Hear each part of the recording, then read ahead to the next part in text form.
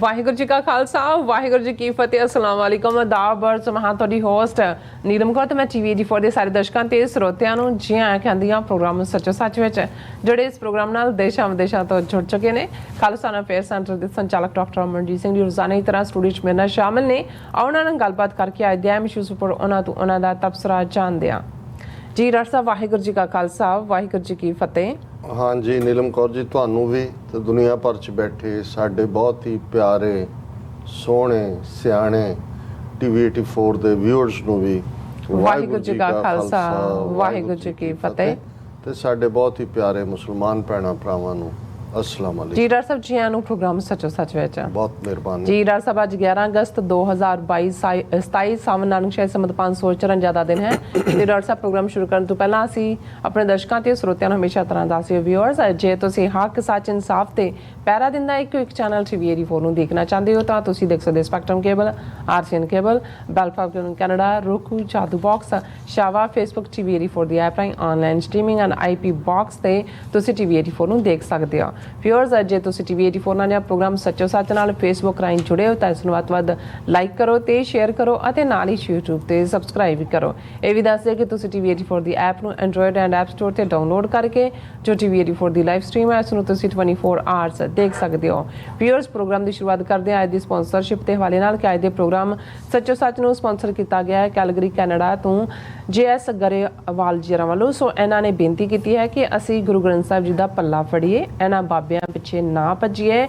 ਜੋ ਹਾਲਾਤ ਅੱਜ ਬਣ ਗਏ ਹਨ ਜੇ ਅਸੀਂ ਆਪਣੀਆਂ ਜੜ੍ਹਾਂ ਵੱਲ ਨਾ ਮੁੜੇ ਤਾਂ ਆਉਣ ਵਾਲੀਆਂ ਪੀੜ੍ਹੀਆਂ ਦੇ ਦੇਣਦਾਰ ਹੋਵਾਂਗੇ। ਗੱਲ ਸਾਡੀ ਹੋਣ ਤੇ ਆਈ ਹੋਈ ਹੈ। ਸੋ ਅੱਜ ਦੀ ਸਪਾਂਸਰਸ਼ਿਪ ਲਈ ਅਸੀਂ ਸਰਦਾਰ JS ਗਰੇਵਾਲ ਜੀ ਹੋਰਾਂ ਦਾ ਤਹਿ ਦਿਲ ਤੋਂ ਧੰਨਵਾਦ ਕਰਦੇ ਹਾਂ। ਤੁਹਾਨੂੰ ਵੀ ਅਪੀਲ ਤੇ ਬੇਨਤੀ ਕਰਦੇ ਹਾਂ ਕਿ ਤੁਸੀਂ ਵੀ ਪ੍ਰੋਗਰਾਮ ਸੱਚੋ ਸੱਚ ਨੂੰ ਵੱਧ ਤੋਂ ਵੱਧ ਸਪਾਂਸਰ ਕਰੋ। ਸਪਾਂਸਰਸ਼ਿਪ ਲਈ ਤੁਸੀਂ ਸਾਨੂੰ ਕਾਲ ਕਰ ਸਕਦੇ ਹੋ ਸਾਡੇ ਫੋਨ ਨੰਬਰ ਤੇ 5166191984 ਸੇਮ ਨੰਬਰ ਤੇ WhatsApp ਕਰ ਸਕਦੇ ਹੋ। ਤੁਸੀਂ ਸਾਨੂੰ ਈਮੇਲ ਵੀ ਕਰ ਸਕਦੇ ਹੋ info@tv4.tv ਤੇ। ਸੋ ਵਿਊਅਰਸ ਪਹਿਲੇ ਸੈਗਮੈਂਟ ਦੇ ਵਿੱਚ ਆਪਾਂ ਗੱਲਬਾਤ ਕਰਨ ਜਾ ਰਹੇ ਹਾਂ ਅੱਜ ਦੇ ਹਿਸਟੋਰੀਕਲ ਡੇ ਦੀ। ਸੋ ਅੱਜ 11 ਅਗਸਤ ਦਾ ਦਿਨ ਹਜ਼ਰਤ ਸਾਈਂ ਮੀਆਂ ਮੀਰ ਜੀ ਦਾ ਇਸ ਫਾਨੀ ਦੁਨੀਆ ਤੋਂ ਅਲਵਿਦਾਈ ਦਾ ਦਿਨ ਹੈ ਔਰ ਸਾਈਂ ਮੀਆਂ ਮੀਰ ਜੀ ਉਹ ਸ਼ਖਸੀਅਤ ਹਨ ਜਿਨ੍ਹਾਂ ਤੋਂ ਗੁਰੂ ਅਰਜਨ ਸਾਹਿਬ ਜੀ ਨੇ ਸ਼੍ਰੀ ਹਰਿਮੰਦਰ ਸਾਹਿਬ ਅੰਮ੍ਰਿਤਸਰ ਦਾ ਨੀਂਹ ਪੱਥਰ ਜਿਹੜਾ ਰਖਵਾਇਆ ਸੀ।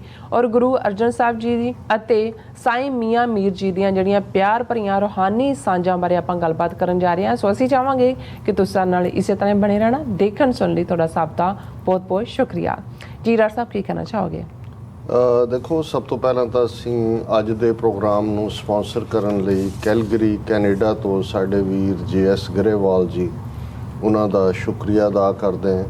ਲਗਾਤਾਰਤਾ ਨਾਲ TV84 ਨਾਲ ਜੁੜੇ ਹੋਏ ਨੇ, ਸਪਾਂਸਰ ਵੀ ਕਰਦੇ ਨੇ। ਔਰ ਜਿਵੇਂ ਉਹਨਾਂ ਦੀ ਲਾਸਟ ਜਿਹੜੀ ਸਪਾਂਸਰਸ਼ਿਪ ਦੀ ਡਿਸਕਸ਼ਨ ਵੇਲੇ ਮੈਂ ਕਿਹਾ ਸੀ ਕਿ ਡਾਕਟਰ ਗੁਰਬਖਸ਼ ਸਿੰਘ ਗਿੱਲ ਜਿਹੜੇ ਡੀਨ ਐਗਰੀਕਲਚਰ ਯੂਨੀਵਰਸਿਟੀ ਲੁਧਿਆਣਾ ਦੇ ਰਹੇ, ਉਹਨਾਂ ਦੀ ਇੱਕ ਛੋਟੀ ਜਿਹੀ ਕਿਤਾਬ ਹੈ ਬੜੀ important, Sikhism under Brahmanical siege. Siege ਘੇਰੇ ਨੂੰ ਕਹਿੰਦੇ ਨੇ ਕਿ ਸਿੱਖ ਧਰਮ ਦੀ ਬ੍ਰਾਹਮਣਵਾਦ ਵੱਲੋਂ ਘੇਰਾਬੰਦੀ। ਔਰ ਉਹਦੇ 'ਚ ਉਹਨਾਂ ਨੇ ਬੜੇ ਜਿਹੜਾ ਸਪਸ਼ਟ ਤਰੀਕੇ ਦੇ ਨਾਲ ਇਹ ਕਿਹਾ ਕਿ ਭਾਈ ਇੱਕ ਪਾਸੇ ਤਾਂ ਬਾਰੂਨੀ ਜਿਹਨੂੰ ਅਸੀਂ ਟੋਟਲ ਵਾਰ ਕਹਿੰਦੇ ਹਾਂ ਕਿ ਕਿਵੇਂ ਬ੍ਰਾਹਮਣਵਾਦ ਨੇ ਸਾਡੇ 'ਤੇ ਥੋਪੀ ਹੋਈ ਹੈ, ਪਰ ਉਹਨਾਂ ਨੇ ਕਿਹਾ ਵੀ ਨਾਲ ਹੀ ਜਿਹੜਾ ਇੱਕ ਵੱਡਾ ਖਤਰਾ ਹੈ ਉਹ ਜਿਹੜਾ ਅੰਦਰੂਨੀ ਬ੍ਰਾਹਮਣਵਾਦ ਦੀ ਮਾਰ ਹੈ ਕਿ ਅਸੀਂ ਅੰਦਰੋਂ ਵੀ ਤੇ ਬਾਹਰੋਂ ਵੀ, ਯਾਨੀ ਸਟੇਟ ਪਾਵਰ ਵੀ ਲੱਗੀ ਹੋਈ ਹੈ। ਉਹ ਜੂਨ 84 ਦੇ ਘੱਲੂਘਾਰੇ ਦੇ ਨਾਲ ਪਿਛਲੇ 38 ਸਾਲ ਤੋਂ ਵਰਤਾਰਾ ਜਾਰੀ ਹੈ ਇੱਕ ਜਾਂ ਦੂਸਰੇ ਤਰੀਕੇ ਨਾਲ। ਪਰ ਕੁਛ ਜਿਹੜਾ ਬ੍ਰਾਹਮਣਵਾਦ ਦਾ ਇੰਪੈਕਟ ਇੰਨਾ ਜ਼ਿਆਦਾ ਹੈ ਸਾਡੀ ਡੇ ਟੂ ਡੇ ਲਾਈਫ ਦੇ ਉੱਤੇ, ਜਿਸ ਦੇ ਲਈ ਜ਼ਾਹਰ ਹੈ ਉਹਦੇ ਲਈ ਅੱਜ ਜਦੋਂ ਅਸੀਂ ਆਪਣੇ ਮੀਡੀਆ ਦੀ ਗੱਲ ਕਰਦੇ ਹਾਂ ਜੀ 300 ਤੋਂ ਜ਼ਿਆਦਾ ਸਾਡੇ ਚੈਨਲ ਨੇ, ਮਾਂ ਬੋਲੀ ਪੰਜਾਬੀ ਦੀਆਂ ਇੰਨੀਆਂ ਅਖਬਾਰਾਂ ਨੇ ਤੇ ਇੱਧਰ ਉੱਧਰ, ਪਰ ਤੁਸੀਂ ਹਰ ਚੈਨਲ 'ਤੇ ਦੇਖੋਗੇ ਤੁਹਾਨੂੰ ਮੰਤਰੀ ਸੰਤਰੀ ਤੰਤਰੀ ਉਹਨਾਂ ਦੀਆਂ ਐਡਾਂ ਚੱਲ ਰਹੀਆਂ ਨਜ਼ਰ ਆਉਣਗੀਆਂ। ਕਾਲਾ ਜਾਦੂ ਚੱਲ ਰਿਹਾ ਹੈ, ਦੂਜਾ ਚੱਲ ਰਿਹਾ ਹੈ, ਜੋਤਿਸ਼ ਚੱਲ ਰਿਹਾ ਹੈ, ਔਨਲਾਈਨ ਲਾਈਵ ਕਾਲਾਂ, ਦਵਾ ਦਵ ਕ੍ਰੈਡਿਟ ਕਾਰਡਾਂ ਦੇ ਆਪਣੇ ਨੰਬਰ ਦੇ ਕੇ ਬੀਬੀਆਂ ਜਿਹੜੀਆਂ ਨੇ ਉਹ ਆਪਣੀ ਜਿਹੜੀ ਹੈ ਉਹ ਕਿਸਮਤ ਨਵੇਂ ਸਿਰਿਓਂ ਕਢਵਾ ਰਹੀਆਂ ਹੁੰਦੀਆਂ ਉਹਨਾਂ ਤੋਂ, ਜਿਨ੍ਹਾਂ ਨੂੰ ਆਪ ਪਤਾ ਨਹੀਂ ਹੁੰਦਾ ਕਿ ਭਾਈ ਉਹਨਾਂ ਦੀ ਔਕਾਤ ਕੀ ਹੈ। ਲੇਕਿਨ ਉਹਨਾਂ ਦੀ ਕਲਾਇੰਟੇਲ ਵੱਡੀ ਗਿਣਤੀ ਦੇ ਵਿੱਚ, ਜੇ ਮੈਂ ਕੰਜ਼ਰਵੇਟਿਵਲੀ ਵੀ ਕਹਾਂ ਤੇ 80% ਕਲਾਇੰਟੇਲ ਜਿਹੜੀ ਜੰਤਰੀਆਂ ਮੰਤਰੀਆਂ ਤੰਤਰੀਆਂ ਦੀ ਉਹ ਆਪਣੇ ਲੋਕ ਨੇ। ਇਸ ਲਈ ਇਹ ਜੰਤਰੀ ਮੰਤਰੀ ਤੰਤਰੀ ਜਿਹੜੇ ਨੇ ਇਹ ਖੁੱਲੇ ਦਿਲ ਦੇ ਨਾਲ ਪੈਸਾ ਦਿੰਦੇ ਨੇ ਐਡ ਦੇ ਲਈ। ਅਸੀਂ ਅੱਗੇ ਵੀ ਜ਼ਿਕਰ ਕੀਤਾ ਸੀ ਜਦੋਂ ਅਸੀਂ TV 84 10 ਸਾਲ ਪਹਿਲਾਂ ਸ਼ੁਰੂਆਤ ਕੀਤੀ ਤੇ ਸਾਨੂੰ ਪਹਿਲੇ ਸਾਲ ਦੇ ਵਿੱਚ ਉਦੋਂ ਅਜੇ ਇੰਨੀ ਪਪੂਲੈਰਿਟੀ ਵੀ ਨਹੀਂ ਸੀ। ਆਫਰ ਹੋਈ ਕਿ ਜੀ ਸਾਨੂੰ ਤੁਸੀਂ ਵੀਕ ਦੇ ਵਿੱਚ ਅੱਧਾ ਘੰਟਾ ਦੇ ਦਿਓ, $10,000 ਮਹੀਨੇ ਦਾ ਅਸੀਂ ਦਿਆਂਗੇ। ਸੋ ਇਸ ਲੈਵਲ ਦੇ ਉੱਤੇ ਜੇ ਕਹਿਣਾ ਹੋਏ ਕਿ ਅੱਜ ਇਹਨਾਂ ਸਾਰ ਜਿਹੜਾ ਇਹ ਅੰਧ ਵਿਸ਼ਵਾਸ ਲੁੱਟ ਖਸੁੱਟ ਇਹ ਸਾਰੀ ਚੱਲ ਰਹੀ ਹੈ, ਇਸ ਦੇ ਲਈ ਇਹੀ ਸਾਡਾ ਮੀਡੀਆ ਵੀ ਜ਼ਿੰਮੇਵਾਰ ਹੈ। ਔਰ ਅਸੀਂ ਇਹ ਪਾਲਿਸੀ ਲਾਈਨ ਪਹਿਲੇ ਦਿਨ ਤੋਂ ਲਈ ਸੀ ਕਿ ਕੋਈ ਜੰਤਰੀ ਮੰਤਰੀ ਤੰਤਰੀ ਦੀ ਐਡ ਨਹੀਂ ਹੋਏਗੀ, ਨਾ ਹੀ ਕਿਸੇ ਨੂੰ ਈਵਨ ਇੰਟਰੋਡਿਊਸ ਤੱਕ ਵੀ ਕਰਵਾਇਆ ਜਾਏਗਾ। ਸੋ ਇਹ ਜਦੋਂ ਅਸੀਂ ਅੰਦਰੂਨੀ ਸੀਜ ਦੀ ਗੱਲ ਕਰਦੇ ਹਾਂ ਕਿ ਭਾਈ ਕਿਵੇਂ ਵਹਿਮ ਭਰਮ ਜਾਦੂ ਟੂਣੇ ਇਹ ਸਾਡੇ ਡੇ ਟੂ ਡੇ ਲਾਈਫ ਦਾ ਹਿੱਸਾ ਨੇ, ਫਿਰ ਇੱਥੇ ਨਹੀਂ ਰੁਕੇ। ਜੇ ਤੁਸੀਂ ਭਾਰਤ ਦੇ ਹਵਾਲੇ ਨਾਲ ਦੇਖੋ, ਵਸਤੂ ਸ਼ਾਸਤਰ ਦੇ ਨਾਂ ਥੱਲੇ ਇਸ ਕਿਸਮ ਦਾ ਇੱਕ ਉਹਨਾਂ ਨੇ ਕੱਢਿਆ ਹੋਇਆ ਕਿ ਜੀ ਤੁਹਾਡਾ ਡਾਈਨਿੰਗ ਰੂਮ ਇਸ ਪਾਸੇ ਹੋਏ ਤੇ ਫਲਾਣਾ ਹੋਏ ਤੇ ਬੈੱਡਰੂਮ ਇੱਧਰ ਹੋਏ। ਚੰਗੇ ਭਲੇ ਘਰ ਲੋਕਾਂ ਦੇ ਤੁੜਵਾਏ ਨੇ ਕਿ ਜੀ ਇਹ ਤੁਹਾਡੇ ਤੇ ਜਿਹੜੀਆਂ ਬਿਮਾਰੀਆਂ ਆ ਰਹੀਆਂ ਮੁਸ਼ਕਲਾਂ ਆ ਰਹੀਆਂ ਇਹਦਾ ਕਾਰਨ ਇਹ। ਫਿਰ ਇੱਥੇ ਹੀ ਬਸ ਨਹੀਂ ਹੈ, ਜਿਵੇਂ ਗਰੇਵਾਲ ਸਾਹਿਬ ਨੇ ਕਿਹਾ ਬਾਬਾ ਵਾਰਫੇਅਰ। ਹੁਣ ਜੇ ਤੁਸੀਂ ਹਮੇਸ਼ਾ ਮੈਂ ਇਹ ਪਹਿਲਾਂ ਜਿਹੜਾ ਇਹਨੂੰ ਡਿਸਟਿੰਗੁਇਸ਼ ਕਰਨਾ ਚਾਹੁੰਦਾ ਦੋਵਾਂ ਚੀਜ਼ਾਂ ਨੂੰ, ਜਿਹੜੇ ਸੱਚਮੁੱਚ ਗੁਰੂ ਦੇ ਨਾਲ ਰੱਬ ਦੇ ਨਾਲ ਜੁੜੇ ਹੋਏ ਨੇ, ਇਬਾਦਤ ਕਰਨ ਵਾਲੇ ਨੇ, ਸੱਚੇ ਸੁੱਚੇ ਫਕੀਰ ਨੇ, ਉਹਨਾਂ ਦੇ ਅੱਗੇ ਸਾਡਾ ਸਿਰ ਝੁਕਦਾ। ਇਹ ਮੈਂ ਇਸ ਨਾਲ ਸਹਿਮਤ ਨਹੀਂ ਹੈ ਕਿ ਜੀ ਸੰਤ ਲਫ਼ਜ਼ ਜਾਂ ਬਾਬਾ ਲਫ਼ਜ਼ ਇਹੀ ਗੈਰ ਗੁਰਮਤੀ ਲਫ਼ਜ਼ ਹੈ, ਇਵੇਂ ਨਹੀਂ ਹੈ। ਲਫ਼ਜ਼ ਤਾਂ ਸੱਤ ਦੇ ਮਾਰਗ ਤੇ ਤੁਰਨ ਵਾਲਾ ਸੰਤ ਹੈ। ਹਾਲਾਂਕਿ 20ਵੀਂ ਸਦੀ ਦੇ ਵਿੱਚ ਜ਼ਿਆਦਾ ਇਹ ਲਫ਼ਜ਼ ਪੋਪੂਲਰ ਹੋਇਆ ਔਰ ਇਹਦੇ ਪਿੱਛੇ ਫਿਰ ਬੈਕਗਰਾਉਂਡਸ ਨੇ ਕਿ ਅੰਗਰੇਜ਼ੀ ਸਰਕਾਰ ਹੋਏ ਜਾਂ ਹੁਣ ਦਾ ਹੋਏ। ਇਸੇ ਤਰ੍ਹਾਂ ਬਾਬਾ ਡਮ ਦੀ ਗੱਲ ਹੈ। ਬਾਬਾ ਅਦਰਵਾਈਜ਼ ਅਸੀਂ ਇੱਕ ਬੜਾ ਸਤਿਕਾਰਤ ਲਫ਼ਜ਼ ਜਿਨ੍ਹਾਂ ਨੇ ਅੰਦਰਲੇ ਰੂਹਾਨੀ ਉਚਾਈਆਂ ਨੂੰ ਵੀ ਛੋਹਿਆ ਔਰ ਜਿਹੜੇ ਸ਼ਹੀਦੀ ਜਿਨ੍ਹਾਂ ਨੇ ਦੇ ਕੇ ਆਪਣਾ ਦੁਨੀਆ ਨਾਲੋਂ ਮੋਹ ਮਮਤਾ ਤੋੜ ਕੇ ਦੱਸਿਆ ਕਿ ਜੀਵਨ ਦਾ ਸੱਚ ਕੀ ਹੈ, ਅਸੀਂ ਉਹਨਾਂ ਦੇ ਲਈ ਇਸਤੇਮਾਲ ਕਰਦੇ ਹਾਂ। ਬਾਬਾ ਅਜੀਤ ਸਿੰਘ, ਬਾਬਾ ਜੁਝਾਰ ਸਿੰਘ, ਬਾਬਾ ਜ਼ੋਰਾਵਰ ਸਿੰਘ, ਬਾਬਾ ਫਤਿਹ ਸਿੰਘ। ਇਸੇ ਤਰ੍ਹਾਂ ਅਸੀਂ ਬਹਾਦਰ ਯੋਧਿਆਂ ਨੂੰ ਬਾਬਾ ਬੰਦਾ ਸਿੰਘ ਬਹਾਦਰ ਇੱਕ ਬਹੁਤ ਆਨਰੇਬਲ ਹੈ। ਲੇਕਿਨ ਅੱਜ ਜੇ ਤੁਸੀਂ ਇਸ ਬਾਬਾ ਟਮ ਦਾ ਦੇਖੋ, ਚਿੱਟੇ ਚੋਲਿਆਂ ਦੇ ਨਾਲ ਔਰ ਕਿਸ ਕਿਸਮ ਦੀ ਉਹਨਾਂ ਦੀ ਰਹਿਣ ਸਹਿਣ ਇਆਸ਼ੀ ਔਰ ਦੂਜੇ, ਔਰ ਮੈਂ ਕੱਲ੍ਹ ਹੀ ਦੇਖ ਰਿਹਾ ਸੀ, ਇਕੱਲਾ ਇਹੀ ਨਹੀਂ ਕਿ ਵੀ ਸਾਡੇ ਇਸ ਕਿਸਮ ਦੇ ਨੇ, ਕਿਸੇ ਨੇ ਆ ਸਾਰੇ ਜਿਹੜਾ ਇੱਕ ਸਤਿਗੁਰੂ ਬਣਿਆ ਹੋਇਆ ਸਾਊਥ ਦਾ ਔਰ ਰਾਮਦੇਵ ਔਰ ਸ਼੍ਰੀ ਰਵੀ ਸ਼ੰਕਰ ਔਰ ਸੌਦਾ ਸਾਧ ਔਰ ਇਹਨਾਂ ਸਾਰਿਆਂ ਦੀਆਂ ਫੋਟੋਆਂ ਦੇ ਕੇ ਕਿਹਾ ਸੀ ਕਿ ਇਹ ਜੇ ਅੱਜ ਕਰੋੜਾਪਤੀ ਨੇ ਤੇ ਸਾਡੀ ਬੇਵਕੂਫੀ ਦੀ ਵਜ੍ਹਾ ਕਰਕੇ। ਔਰ ਤੁਸੀਂ ਇਹੀ ਹਾਲ ਆਪਣੇ ਹਵਾਲੇ ਨਾਲ ਵੀ ਅਸੀਂ ਦੇਖ ਸਕਦੇ ਹਾਂ ਕਿ ਹੁਣ ਵੀ, ਕਿਉਂਕਿ ਅਸੀਂ ਸ਼ਾਇਦ ਇਸ ਫਾਈਨੈਂਸ਼ੀਅਲ ਕ੍ਰਾਈਸਿਸ ਚੋਂ ਬੜਾ ਸੌਖੇ ਨਿਕਲ ਜਾਈਏ ਜੇ ਅਸੀਂ ਜਿੰਨੇ ਵੀ ਇੱਥੇ ਤੁਰੇ ਹੁੰਦੇ ਨੇ ਅਮਰੀਕਾ ਕੈਨੇਡਾ 'ਚ ਵੱਡੇ ਵੱਡੇ ਬਾਬੇ, ਉਹਨਾਂ ਦੇ ਸਾਰਾ ਸਾਲ ਉਹਨਾਂ ਦੀਆਂ ਬਰਸੀਆਂ ਵੀ ਮਨਾਈਆਂ ਜਾਂਦੀਆਂ ਨੇ, ਜੇ ਅਸੀਂ ਉਹਨਾਂ ਨੂੰ ਐਨਕਰੇਜ ਕਰੀਏ, ਉਹਨਾਂ ਦੀਆਂ ਐਡਾਂ ਲੈ ਲਈਏ ਤੇ ਉਹ ਵੀ ਧੰਨ ਨੇ। ਉਹਨਾਂ ਦੇ ਲਈ ਮੈਟਰ ਹੀ ਗੁਰੂ ਸਾਹਿਬ ਨੇ ਕੀ ਕਿਹਾ ਇਹ ਮੈਟਰ ਨਹੀਂ ਕਰਦਾ, ਉਹਨਾਂ ਦੇ ਬਾਬੇ ਨੇ ਕੀ ਕਿਹਾ ਇਹ ਮੈਟਰ ਕਰਦਾ। ਉਹਨਾਂ ਤੋਂ ਜਾਨ ਵਿਛਾਣਦੇ ਨੇ ਔਰ ਹਰ ਕੁਛ ਕਰਨ ਲਈ ਤਿਆਰ ਹੁੰਦੇ ਨੇ। ਸੋ ਇਹ ਵੀ ਜਦੋਂ ਅਸੀਂ ਦੇਖਦੇ ਹਾਂ ਵੀ ਇੱਕ ਪਾਸੇ ਸਿੱਖੀ ਦਾ ਨਰੋਆ ਸਿਧਾਂਤ ਪੂਜਾ ਅਕਾਲ ਕੀ, ਪਰਚਾ ਸ਼ਬਦ ਕਾ ਦੀਦਾਰ ਖਾਲਸੇ ਕਾ, ਵਿਚੋਲਾ ਤਾਂ ਹੈ ਹੀ ਨਹੀਂ। ਹੁਣ ਇਹ ਜਿਹੜਾ ਬਾਬਾ ਕਲਚਰ ਹੈ ਇਹ ਵਿਚੋਲਾ ਕਲਚਰ ਬਣ ਗਿਆ ਕਿ ਜੀ ਆਓ ਰੱਬ ਦੇ ਨਾਲ ਤੁਹਾਨੂੰ ਅਸੀਂ ਮੜਾਉਂਦੇ ਹਾਂ, ਸਾਡੀ ਤਾਰ ਜੁੜੀ ਹੋਈ ਹੈ, ਅਸੀਂ ਤੁਹਾਡਾ ਜਿਵੇਂ ਇੱਕ ਜ਼ਮਾਨੇ ਜਦੋਂ ਇਹ ਸਿਸਟਮ ਮੋਬਾਈਲ ਔਰ ਦੂਜਿਆਂ ਦਾ ਨਹੀਂ ਸੀ ਤਾਂ ਤੁਸੀਂ ਐਕਸਚੇਂਜ ਜਾ ਕੇ ਜਿਹੜਾ ਉਹ ਆਪਰੇਟਰ ਹੁੰਦਾ ਸੀ ਉਹ ਮੜਾਉਂਦਾ ਸੀ ਤੁਹਾਡੀ ਲਾਈਨ। ਹੁਣ ਮਤਲਬ ਜੇ ਇਹ ਬਾਬਿਆਂ ਦਾ ਰੋਲ ਜਿਹੜਾ ਹੈ ਤਾਂ ਉਹ ਵਿਚੋਲੇ ਬਣ ਗਏ। ਤੇ ਇੱਥੇ ਤਾਂ ਇਹ ਹੈ ਕਿ ਭਾਈ ਵਿਣ ਬੋਲਿਆ ਸਭ ਕੁਛ ਜਾਣਦਾ, ਕਿਸ ਆਗੇ ਕੀਚਿਆ ਅਰਦਾਸ। ਤੁਹਾਨੂੰ ਤਾਂ ਈਵਨ ਪ੍ਰੋਫੈਸ਼ਨਲ ਕਲਰਜੀ ਦੀ ਲੋੜ ਨਹੀਂ ਹੈ ਕਿ ਉਹਨਾਂ ਨੇ ਤੁਹਾਡੀ ਅਰਦਾਸ ਕਰਨੀ ਹੈ ਜਾਂ ਤੁਹਾਡੇ ਲਈ ਉਹਨਾਂ ਨੇ ਕੋਈ ਮੰਨਤਾਂ ਮੰਨਣੀਆਂ ਨੇ। ਲੇਕਿਨ ਅਸੀਂ ਹੌਲੀ ਗਰਕਦੇ ਇਸ ਖੂਹ ਦੇ ਵਿੱਚ ਡਿੱਗੇ ਹੋਏ ਹਾਂ। ਘਰਾਂ ਚੋਂ ਮੰਗਲ ਸ਼ਨੀਚਰ ਨਹੀਂ ਨਿਕਲਦੇ। ਅੱਜ ਵੀ ਤੁਸੀਂ ਦੇਖੋਗੇ ਕਿੱਦਣ ਸਿਰ ਨਹਾਉਣਾ ਹੈ, ਕਿੱਦਣ ਨਹੀਂ ਨਹਾਉਣਾ, ਕਿੱਦਣ ਕੋਈ ਨਵੀਂ ਚੀਜ਼ ਖਰੀਦਣੀ ਹੈ, ਕਿੱਦਣ ਕੀ ਕਰਨਾ ਹੈ। ਇਸ ਕਿਸਮ ਦਾ ਜਿਹੜਾ ਹੈ ਉਹ ਰਾਦਰ ਵਿਦ ਜਿਹੜੀਆਂ ਨਵੀਆਂ ਕਾਢਾਂ ਨੇ ਉਹਦੇ ਨਾਲ ਹੁਣ ਜਿਹੜਾ ਆਨਲਾਈਨ ਹੀ ਜਿਹੜੇ ਨੇ ਉਹ ਬਾਬੇ ਤੁਹਾਡੇ ਨੂੰ ਕੰਸਲਟੇਸ਼ਨ ਭੇਜ ਦਿੰਦੇ ਨੇ। ਸੋ ਇਸ ਕਿਸਮ ਦਾ ਜਿਹੜਾ ਸਾਰਾ ਪਾਰਟ ਹੈ, ਅਸੀਂ ਸਮਝਦੇ ਹਾਂ ਕਿ ਲੜਾਈ ਬਰਾਬਰ ਦੋਨੋਂ ਪਾਸਿਓਂ ਲੜਨ ਵਾਲੀ ਹੈ। ਔਰ ਮੈਂ ਅੱਜ ਗੱਲ ਨਹੀਂ ਕਰਾਂਗਾ ਕਿਉਂਕਿ ਆਲਰੇਡੀ ਸਾਡੇ ਕੋਲ ਇੱਕ ਹਿਸਟੋਰੀਕਲ ਡੇ ਦਾ ਟੌਪਿਕ ਹੈ। ਜੇ ਅੱਜ ਤੁਸੀਂ ਰਕਸ਼ਾ ਬੰਧਨ ਦੇ ਨਾਂ ਥੱਲੇ ਜੋ ਅੱਜ ਜਿਸ ਤਿਉਹਾਰ ਨੂੰ ਇਵੇਂ ਲੱਗਦਾ ਜਿਵੇਂ ਤਿਉਹਾਰ ਹੀ ਸਿੱਖਾਂ ਦਾ ਹੋਏ, ਮਤਲਬ ਤੁਸੀਂ ਔਰ ਜਿਹਦੇ ਨਾਲ ਤੁਹਾਨੂੰ ਕੋਈ ਜਿਸ ਚੀਜ਼ ਦਾ ਮੈਂਸ਼ਨ ਨਾ ਗੁਰਬਾਣੀ 'ਚ ਨਾ ਸਿੱਖ ਇਤਿਹਾਸਕ ਪਰੰਪਰਾ 'ਚ ਮਿਲਦਾ, ਕਿਸ ਹੱਦ ਤੱਕ ਬ੍ਰਾਹਮਣਵਾਦ ਦਾ ਇੰਪੈਕਟ ਹੈ ਕਿ ਭਾਈ ਕਿਵੇਂ ਕੈਲੰਡਰ ਜਿਹੜੇ ਘਰਾਂ 'ਚ ਲਾਏ ਹੋਏ ਨੇ ਜੀ, ਬੇਬੇ ਨਾਨਕੀ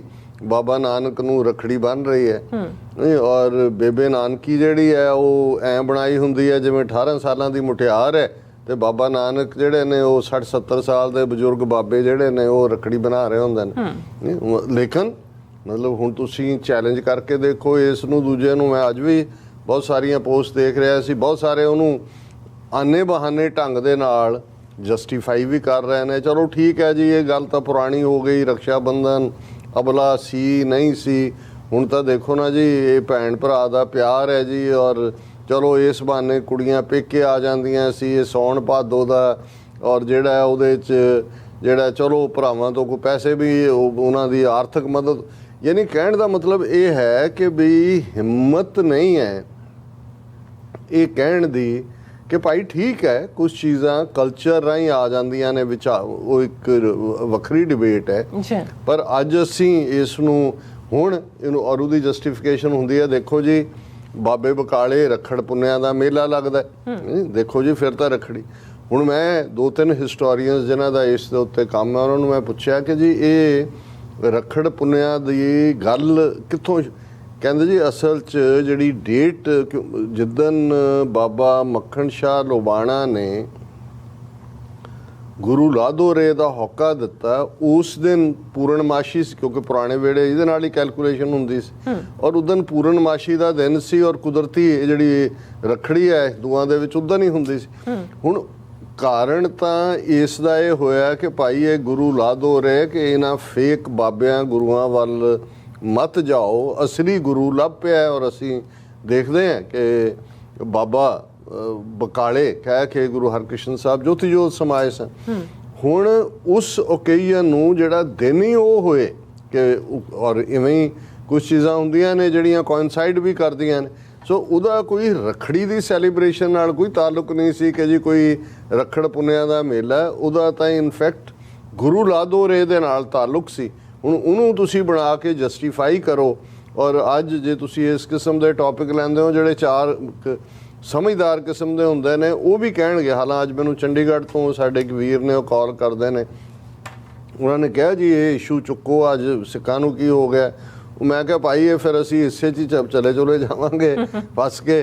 ਤੇ ਸਾਡਾ ਮਕਸਦ ਇਹ ਹੈ ਕਿ ਵੀ ਇਹ ਵੀ ਜਿਹੜਾ ਇਸ ਕਿਸਮ ਦਾ ਫੇਕ ਸੈਲੀਬ੍ਰੇਸ਼ਨ ਦੇ ਨਾਂ ਥੱਲੇ ਜੋ ਕੁਝ ਵੀ ਬਣਾ ਦਿੱਤਾ, ਅੱਜ ਜਿਨ੍ਹਾਂ ਦੇ ਕੋਲ ਰਾਜ ਭਾਗ ਹੈ ਉਹਨਾਂ ਦੇ ਡੇ ਐਂਡ ਨਾਈਟ ਚੈਨਲ, ਉਹਨਾਂ ਨੇ ਅੱਜ ਕੋਈ ਸਾਲ ਦਾ ਦਿਨ ਐਸਾ ਨਹੀਂ ਕੋਈ ਸੰਤੋਸ਼ੀ ਮਾਂ ਦਾ ਆ ਗਿਆ ਕੋਈ ਦੂਜਾ, ਔਰ ਉਹਨਾਂ ਨੇ ਇੰਨੀ ਵੱਡੀ ਕਲਾਇੰਟੇਲ ਪ੍ਰਚਾਰ ਦੇ ਕਾਬੜੀਏ ਆ ਗਏ, ਸ਼ਿਵ ਭਗਤ ਆ ਗਏ, ਇੱਧਰ ਆ ਗਏ। ਉਹਨਾਂ ਦਾ ਪ੍ਰੋਪੇਗੈਂਡਾ ਇੱਕ ਵੱਡਾ ਹਿੱਸਾ ਇਹਨਾਂ ਦਿਨਾਂ ਨੂੰ ਸੱਚਮੁੱਚ ਇਤਿਹਾਸਕ ਵੀ ਮੰਨਣ ਲੱਗ ਗਿਆ। ਔਰ ਇਹ ਹੈ ਰਾਜ ਸ਼ਕਤੀ ਕਿ ਭਾਈ ਜਿਹਦੇ ਥੱਲੇ ਉਹ ਜਿਹਨੂੰ ਮਰਜ਼ੀ ਜਿਹੜਾ ਹੈ ਉਹ ਪ੍ਰਮੋਟ ਕਰਨ, ਜਿਹਨੂੰ ਮਰਜ਼ੀ ਜਿਹੜਾ ਉਸ ਨੂੰ ਇੱਕ ਹਿਸਟੋਰੀਕਲ ਫਿਗਰ ਸਾਬਤ ਕਰ ਦੇਣ। ਸੋ ਅਸੀਂ ਸਰ JS ਗਰੇਵਾਲ ਜੀ ਦਾ ਸ਼ੁਕਰੀਆ ਅਦਾ ਕਰਦੇ ਹਾਂ ਕਿ ਉਹ ਇਸ ਚੈਲੰਜ ਨੂੰ ਵੀ ਸਮਝਦੇ ਨੇ ਔਰ ਸਾਡੀਆਂ ਖਾਮੀਆਂ ਦੇ ਬਾਵਜੂਦ ਅਸੀਂ ਕਈ ਵਾਰ ਜਿਹੜਾ ਉਹ ਪੂਰਾ ਧਿਆਨ ਨਹੀਂ ਦੇ ਪਾਉਂਦੇ, ਜਿਹੜਾ ਖਾਸ ਤੌਰ 'ਤੇ ਅੰਦਰੂਨੀ ਚੈਲੰਜ ਹੈ ਉਹਦੇ ਕੁਝ ਹੋਰ ਵੀ ਰੀਜ਼ਨ ਨੇ। ਲੇਕਿਨ ਅਸੀਂ ਇਹ ਸਮਝਦੇ ਹਾਂ ਕਿ ਬਿਲਕੁਲ ਠੀਕ ਹੈ ਜਿੰਨਾ ਬੈਰੂਨੀ ਤੌਰ ਦੇ ਉੱਤੇ ਸਾਨੂੰ ਖਤਰਾ ਹੈ ਜੋ ਇੰਡੀਅਨ ਸਟੇਟ ਦੀ ਟੋਟਲ ਵਾਰ ਹੈ, ਉੱਥੇ ਹੀ ਇਹ ਜਿਹੜੀ ਬਾਬਾ ਵਾਰਫੇਅਰ ਹੈ ਸਾਡੇ ਤੇ ਥੋਪੀ ਹੋਈ, ਜਿਨ੍ਹਾਂ ਨੇ ਅੱਗੋਂ ਆਪਣੇ ਚੇਲੇ ਬਣਾ ਕੇ ਗੁਰੂ ਗ੍ਰੰਥ ਸਾਹਿਬ ਨਾਲੋਂ ਤੋੜ ਕੇ ਸ਼ਖਸ ਪ੍ਰਸਤੀ ਜਿਹੜੀ ਹੈ ਉਸ ਨੂੰ ਐਨਕਰੇਜ ਕਰ ਰਹੇ ਨੇ, ਇਹ ਵੀ ਇਕੁਅਲ ਡੇਂਜਰ ਹੈ। ਜੀ ਅੱਜ ਉਹ ਦਿਨ ਹੈ ਜਿਸ ਦਿਨ 11 ਅਗਸਤ 1635 ਨੂੰ ਸਾਈਂ ਮੀਆਂ ਮੀਰ, ਕੋਈ ਵੀ ਸਿੱਖ ਇਤਿਹਾਸ ਦਾ ਵਿਦਿਆਰਥੀ ਨਹੀਂ, ਕੋਈ ਵੀ ਕਾਮਨ ਸਿੱਖ ਜਿਹੜਾ 10 ਗੁਰੂ ਸਾਹਿਬਾਨ ਦੇ ਨਾਂ ਤੋਂ ਵਾਕਿਫ ਹੈ, ਉਸ ਨੂੰ ਸਾਈਂ ਮੀਆਂ ਮੀਰ ਦਾ ਨਾਂ ਵੀ ਉਨਾ ਹੀ ਬਿਲਕੁਲ ਅਜ਼ੀਜ਼ ਵੀ ਹੋਏਗਾ, ਪਤਾ ਵੀ ਹੋਏਗਾ, ਔਰ ਉਨੀ ਉਸ ਦੇ ਲਈ ਮੁਹੱਬਤ ਵੀ ਹੋਏਗੀ। ਕਿਉਂਕਿ ਜਦੋਂ ਅਸੀਂ ਸਾਂਝਾਂ ਦੀ ਗੱਲ ਕਰਦੇ ਹਾਂ, ਜਿੱਥੇ ਇੱਕ ਪਾਸੇ ਜਿਸ ਨੂੰ ਬਾਬਾ ਗੁਰੂ ਨਾਨਕ ਦੀ ਬਾਣੀ ਦੇ ਨਾਲ ਪ੍ਰੇਮ ਹੈ, ਉਹ ਭਾਈ ਮਰਦਾਨੇ ਦੀ ਰਬਾਬ ਤੋਂ ਮਹਿਰੂਮ ਨਹੀਂ ਹੋ ਸਕਦਾ। ਇਸੇ ਲਈ ਜਦੋਂ ਅਸੀਂ ਅਖੀਰਲੇ ਪਲ, ਜਦੋਂ ਭਾਈ ਮਰਦਾਨਾ ਗੁਰੂ ਨਾਨਕ ਸਾਹਿਬ ਦੀ ਗੋਦ ਦੇ ਵਿੱਚ ਆਪਣਾ ਅਖੀਰਲਾ ਸਾਹ ਲੈਂਦੇ ਨੇ, ਤੇ ਜਿਵੇਂ ਇਸ ਡਾਇਲੌਗ ਨੂੰ ਬਿਆਨਿਆ ਜਾਂਦਾ ਹੈ, ਉਹ ਕਹਿੰਦੇ ਨੇ ਕਿ ਬਾਬਾ ਮੈਨੂੰ ਕਦੇ ਨਾ ਵਿਛੋੜੀ ਆਪਣੇ ਤੋਂ। ਜੀ ਉਹਨਾਂ ਨੇ ਕਿਹਾ ਤੂੰ ਹਮੇਸ਼ਾ ਹੀ, ਭਾਈ ਮਰਦਾਨਾ ਜੀ ਤੁਸੀਂ ਹਮੇਸ਼ਾ ਹੀ ਰਹੋਗੇ, ਜਿੱਥੇ ਬਾਣੀ ਹੈ ਉੱਥੇ ਬਾਣੀ ਦਾ ਕੀਰਤਨ ਹੈ, ਔਰ ਇਹ ਬਾਣੀ ਔਰ ਰਬਾਬ, ਔਰ ਜਿਸ ਨੂੰ ਭਾਈ ਗੁਰਦਾਸ ਜੀ ਨੇ ਫਰਮਾਇਆ ਸੀ ਕਿ ਇੱਕ ਬਾਬਾ ਅਕਾਲ ਰੂਪ, ਦੂਜਾ ਰਬਾਬੀ ਮਰਦਾਨਾ, ਔਰ ਉਹੀ ਰਬਾਬ ਜਿਹੜੀ ਫਿਰ ਭਾਈ ਮਰਦਾਨੇ ਦੀ ਹੈ। ਭਾਈ ਮਰਦਾਨੇ ਦਾ ਪੁੱਤ ਜਦੋਂ ਗੁਰੂ ਨਾਨਕ ਸਾਹਿਬ ਉੱਥੋਂ ਹੀ ਵਾਪਸ ਮੁੜ ਆਉਂਦੇ ਨੇ, ਉਸ ਤੋਂ ਬਾਅਦ ਕੋਈ ਉਦਾਸੀ ਗੁਰੂ ਸਾਹਿਬ ਨੇ ਨਹੀਂ ਕੀਤੀ, ਤੇ ਉਹਨਾਂ ਦਾ ਬੇਟਾ ਭਾਈ ਮਰਦਾਨਾ ਜੀ ਦਾ ਉਹ ਮਿਲਣ ਆਉਂਦਾ ਹੈ, ਔਰ ਉਹ ਕਹਿੰਦਾ ਕਿ ਅੱਬੂ ਦਾ ਕੀ ਹਾਲ ਹੈ। ਇਹ ਤਾਂ ਗੁਰੂ ਸਾਹਿਬ ਦੱਸਦੇ ਨੇ, ਤੇ ਉਹ ਕਹਿੰਦੇ ਨੇ ਕਿ ਬਈ ਸ਼ਹਿਜ਼ਾਦ ਉਹਦਾ ਨਾਂ ਲਿਖਿਆ ਕਿ ਸ਼ਹਿਜ਼ਾਦ ਮੰਗ, ਉਹ ਕਹਿੰਦੇ ਬਾਬਾ ਜੋ ਅੱਬੂ ਨੂੰ ਦਿੱਤਾ ਸਾਈ ਉਹੀ ਮੈਨੂੰ ਵੀ ਦੇ। ਔਰ ਗੁਰੂ ਨਾਨਕ ਸਾਹਿਬ ਉਹ ਰਬਾਬ ਜਿਹੜੀ ਕਿ ਜੋ ਅਫਗਾਨਿਸਤਾਨ ਦਾ ਦਰਿਆ ਹੈ ਜਿਹਦੇ ਕੰਢੇ ਭਾਈ ਮਰਦਾਨਾ ਨੇ ਅਖੀਰਲੇ ਸਾਹ ਲਏ ਨੇ, ਉਹ ਰਬਾਬ ਸ਼ਹਿਜ਼ਾਦ ਨੂੰ ਗੁਰੂ ਨਾਨਕ ਬਖਸ਼ ਦਿੰਦੇ ਨੇ। ਔਰ ਕਰਤਾਰਪੁਰ ਜਦੋਂ ਵਸਾਇਆ ਜਾਂਦਾ ਤੇ ਭਾਈ ਸ਼ਹਿਜ਼ਾਦ ਫਿਰ ਕਰਤਾਰਪੁਰ ਸਾਹਿਬ ਵੀ, ਔਰ ਅੱਗੋਂ ਉਹਨਾਂ ਦਾ ਪਰਿਵਾਰ, ਰਬਾਬੀ ਪਰੰਪਰਾ ਜਾਰੀ ਰਹਿੰਦੀ ਹੈ। ਲੇਕਿਨ ਅੱਜ ਵੀ ਕੋਈ ਦੀਵਾਨ ਜਦੋਂ ਗੁਰੂ ਗ੍ਰੰਥ ਸਾਹਿਬ ਦਾ ਪ੍ਰਕਾਸ਼ ਹੋਏਗਾ, ਬਾਣੀ ਪੜ੍ਹੀ ਜਾਏਗੀ, ਉਸ ਤੋਂ ਬਾਅਦ ਕੀਰਤਨ ਹੈ ਜੀ, ਔਰ ਉਹ ਸਾਂਝ ਹੈ ਬਾਬੇ ਦੀ ਔਰ ਭਾਈ ਮਰਦਾਨੇ ਦੀ ਕਿ ਬਾਣੀ ਔਰ ਕੀਰਤਨ ਇਹ ਦੋਵੇਂ ਹੀ ਇੱਕ ਦੂਸਰੇ ਦੇ ਵਿੱਚ ਓਤ-ਪ੍ਰੋਤ ਨੇ। ਜੀ ਇਵੇਂ ਹੀ ਜਦੋਂ ਅਸੀਂ ਹਰਿਮੰਦਰ ਸਾਹਿਬ ਦਾ ਜ਼ਿਕਰ ਕਰਦੇ ਹਾਂ, ਮੀਰੀ ਪੀਰੀ ਦੇ ਮੁਕਾਮ ਦੀ ਗੱਲ ਕਰਦੇ ਹਾਂ, ਹਰਿਮੰਦਰ ਸਾਹਿਬ ਦੇ 4 ਦਰਵਾਜ਼ਿਆਂ ਦੀ ਗੱਲ ਕਰਦੇ ਹਾਂ, ਤੇ ਫਿਰ 4 ਦਰਵਾਜ਼ਿਆਂ ਦਾ ਕਨਸੈਪਟ ਕਿ ਭਾਈ ਕਬੀਰ ਜਹ ਦਰ ਆਵਤ ਜਾਤੇ ਹੋ, ਹਟਕਾ ਨਾਹੀ ਕੋਏ, ਸੋ ਦਰ ਕੈਸੇ ਛੋੜੀਐ, ਜੋ ਦਰ ਐਸਾ ਹੋਏ। ਕਿਉਂਕਿ 4 ਦਰਵਾਜ਼ੇ ਕੁੱਲ ਇਨਸਾਨੀਅਤ ਲਈ, ਔਰ ਚਾਰੋਂ ਵਰਨ ਜਿਹੜੇ ਬ੍ਰਾਹਮਣ ਕਸ਼ਤਰੀ ਵੈਸ਼ ਸ਼ੂਦ ਜਿਹੜੀ ਬ੍ਰਾਹਮਣਵਾਦ ਨੇ ਵੰਡ ਪਾਈ ਹੋਈ ਸੀ ਇਨਸਾਨ 'ਚ, ਉਸ ਦੀਆਂ ਧੱਜੀਆਂ ਉਡਾ ਕੇ ਕਿ ਇਹ ਰੱਬ ਦਾ ਘਰ। ਇਸ ਗੱਲ ਦਾ ਧਿਆਨ ਰਹੇ, ਕਈ ਆਪਣਿਆਂ ਨੂੰ ਵੀ ਲੱਗਣ ਲੱਗ ਜਾਂਦਾ ਜੀ ਕਿ ਇਹ ਮੰਦਰ ਲਫ਼ਜ਼, ਮੈਂ ਅੱਗੇ ਵੀ ਬਿਆਨਿਆ ਹੋਇਆ ਕਿ ਮੰਦਰ ਪੁਰਾਤਨ ਪੰਜਾਬੀ ਦੇ ਵਿੱਚ ਘਰ ਨੂੰ ਕਹਿੰਦੇ ਸੀ, ਔਰ ਗੁਰਬਾਣੀ ਦੇ ਵਿੱਚ ਹੀ ਜਿਉਂ ਮੰਦਰ ਕੋ ਥੰਮ ਹੈ ਥੰਮਣ, ਕਿਉਂ ਗੁਰ ਕਾ ਸ਼ਬਦ ਮਨਿਆ ਅਸਥਮਣ, ਹੋਰ ਬਹੁਤ ਸਾਰੇ ਜਿਹੜੇ ਨੇ ਲਫ਼ਜ਼ ਦੱਸਣਗੇ। ਸੋ ਹਰੀ ਰੱਬ ਦੇ ਰੱਬ ਦਾ ਘਰ, ਰੱਬ ਦਾ ਘਰ ਜਿਸ ਦੇ ਵਿੱਚ ਚਾਰੋਂ ਦਿਸ਼ਾਵਾਂ ਦੇ ਲੋਕ, ਚਾਰੋਂ ਵਰਣਾਂ ਦੇ ਲੋਕ, ਬਿਨਾਂ ਜਿਹੜਾ ਰੰਗ, ਕਲਰ, ਜੈਂਡਰ, ਕਿਸੇ ਵੀ ਵਿਤਕਰੇ ਦੇ ਕੋਈ ਵੀ ਆ ਸਕਦਾ ਹੈ। ਔਰ ਇਸ ਤੋਂ ਵੱਡਾ ਕੀ ਸਬੂਤ ਹੋ ਸਕਦਾ ਹੈ ਕਿ ਇੱਕ ਪਾਸੇ ਬ੍ਰਾਹਮਣਵਾਦ ਦਾ ਥਾਟ, ਜਿਸ ਪਾਣੀ ਨੂੰ ਵੀ ਕੋਈ ਮੁਸਲਮਾਨ ਹੱਥ ਲਾ ਦੇ ਉਹ ਪਿੱਟਿਆ ਜਾਂਦਾ ਹੈ, ਲਫ਼ਜ਼ ਵੀ ਉਹਨਾਂ ਦੇ ਲਈ ਮਲੇਛ ਹੈ, ਉਹਨਾਂ ਦੇ ਹੱਥ ਦਾ ਛੋਇਆ ਖਾਧਾ ਵੀ ਨਹੀਂ ਜਾ ਸਕਦਾ।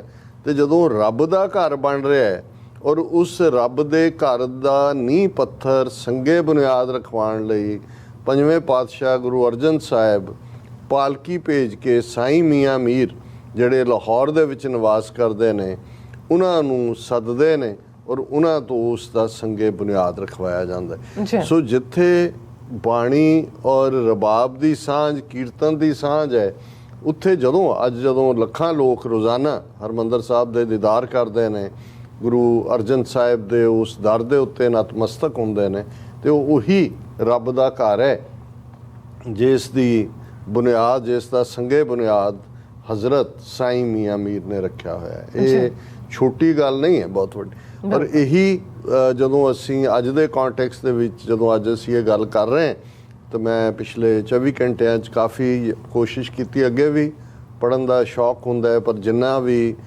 ਸਾਈਂ ਮੀਆਂ ਮੀਰ ਬਾਰੇ ਜਿੰਨੇ ਕੁ ਵੀ ਹਵਾਲੇ ਸਿੱਖ ਇਤਿਹਾਸ ਦੇ ਔਰ ਪਰਸ਼ੀਅਨ ਲਿਟਰੇਚਰ 'ਚੋਂ ਔਰ ਅੱਜ ਕੱਲ੍ਹ ਤਾਂ ਵਿਕੀਪੀਡੀਆ, ਸਿੱਖੀਪੀਡੀਆ ਬਹੁਤ ਸਾਰੇ ਨੇ। ਹਾਲਾਂਕਿ ਸਾਰੀ ਇਨਫੋਰਮੇਸ਼ਨ ਜਿਹੜੀ ਹੈ ਉਹ ਕੋਈ ਟਕਸਾਲੀ ਨਹੀਂ ਹੁੰਦੀ ਜਾਂ ਕ੍ਰੈਡੀਬਲ ਨਹੀਂ ਹੁੰਦੀ, ਕਿਉਂਕਿ ਵਿਕੀਪੀਡੀਆ ਦਾ ਖਾਸ ਤੌਰ 'ਤੇ ਹਰ ਕੋਈ ਉਹਨੂੰ ਐਡਿਟ ਕਰ ਲੈਂਦਾ ਜਾਂ ਦੂਸਰਾ ਕਰਦਾ। ਔਰ ਇਹ ਸਾਰੇ ਦੇ ਵਿੱਚ ਮੈਂ ਰਿਕਮੈਂਡ ਵੀ ਕਰਾਂਗਾ ਡਾਕਟਰ ਕਰਨਜੀਤ ਸਿੰਘ ਹੋਰਾਂ ਦੀ ਇੱਕ ਪੁਸਤਕ ਸਾਈਂ ਮੀਆਂ ਮੀਰ, ਜਿਹੜੀ ਭਾਈ ਵੀਰ ਸਿੰਘ ਸਾਹਿਤ ਸਦਨ ਦਿੱਲੀ ਨੇ ਛਾਪੀ।